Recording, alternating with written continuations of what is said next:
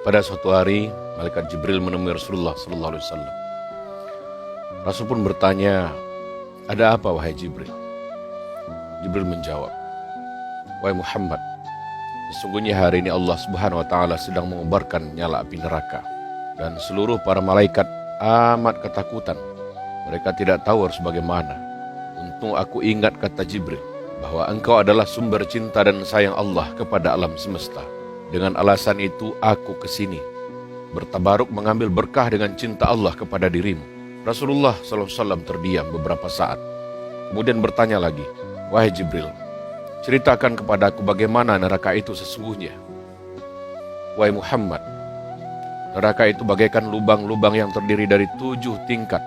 Jarak satu lubang dengan lubang yang lain adalah 70 tahun perjalanan. Lubang yang paling bawah adalah lubang yang paling panas." Nabi bertanya, "Lalu siapakah penghuni neraka-neraka itu, hai Jibril? Tolong sampaikan padaku, Jibril." Jibril menjawab, "Yang paling bawah diciptakan untuk orang-orang munafik. Lubang berikutnya untuk para penyembah berhala dan penyembah bintang dan matahari." Jibril terus menerangkan penghuni neraka sampai tingkatan ke-6. Kemudian Jibril terdiam cukup lama.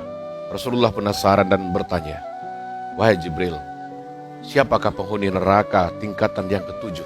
Jibril diam saja, tak menjawab Rasulullah SAW. Rasulullah mengulangi pertanyaannya, "Wahai Jibril, tolong jawab, siapa penghuni neraka tingkatan ke-7?" Namun Jibril tetap diam dan Rasulullah tetap bertanya dan mendesak. Akhirnya Jibril pun berkata, "Umatmu wahai Muhammad, mereka itu pelaku dosa besar di kalangan umatmu, yang mana sampai mereka mati belum sempat bertaubat." Mendengar Jibril, Rasulullah langsung pingsan. Jibril merangkulnya, meletakkan tubuh baginda di pangkuannya. Tidak berapa lama baginda sadar dan langsung menangis, bersimbah air mata, keisa-isa. Rasulullah mempertegas pertanyaannya, "Wahai Jibril, apakah benar di antara umatku ada yang masuk neraka?" Jibril menjawab, "Benar, benar wahai Rasulullah. Pelaku dosa besar di antara umatmu yang belum sempat bertaubat." Kemudian Rasulullah menghadap kiblat dan sujud kepada Allah dalam isak tangis. Sesekali dengan suara pelan beliau membisikkan kata-kata, "Umbati ya Rob, umbati, umbati." Beliau tidak mengangkat kepalanya dalam kondisi bersujud, kecuali ketika Bilal mengumandangkan azan, barulah beliau bangkit menjadi imam. Dan setelah itu, kembali sujud lagi. Pada hari ketiga Abu Bakar menyadari hal ini. Beliau mengetuk pintu Rasulullah dan mengucapkan salam 3 kali, namun tidak ada jawaban.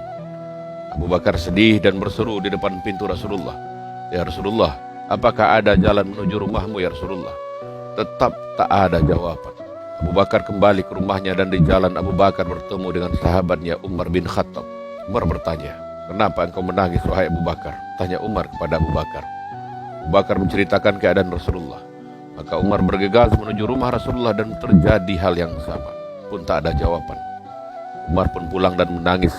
Di jalan Umar bertemu sahabat Salman Al-Farisi dan Umar bercerita kepada Salman dan beliau pun sangat sedih. Namun tidak berani mengulangi hal yang sama. Pergi ke rumah Rasulullah. Salman melangkah menuju rumah Fatimah dan menceritakan hal ini. Sambil berlari Fatimah menuju rumah ayahnya dan mengetuk pintu sambil mengucapkan salam. "Assalamualaikum wahai ayahku." Mendengar suara lembut putri tercinta, sejuklah dada Rasulullah. Beliau bangkit dari sujud dan membuka pintu. Alangkah terkejutnya Fatimah memandang wajah ayahnya tercinta, kurus dan pucat. Fatimah langsung memeluk Rasulullah sambil nangis dan bertanya, "Wahai Rasulullah, apa yang terjadi wahai Rasulullah? Mengapa kau bersedih seperti ini?" Rasulullah menjawab. Rasulullah kembali menangis dan berkata, "Wahai Fatimah, bagaimana aku tak sedih, sedangkan Jibril berkata kepadaku akan ada kala umatku masuk neraka." Subhanallah, betapa besar cinta Rasulullah kepada kita umatnya. Kawan-kawan, Rasulullah mencintai kita begitu dalam. Bagaimana dengan cinta kita padanya? Semoga menginspirasi. Assalamualaikum warahmatullahi wabarakatuh.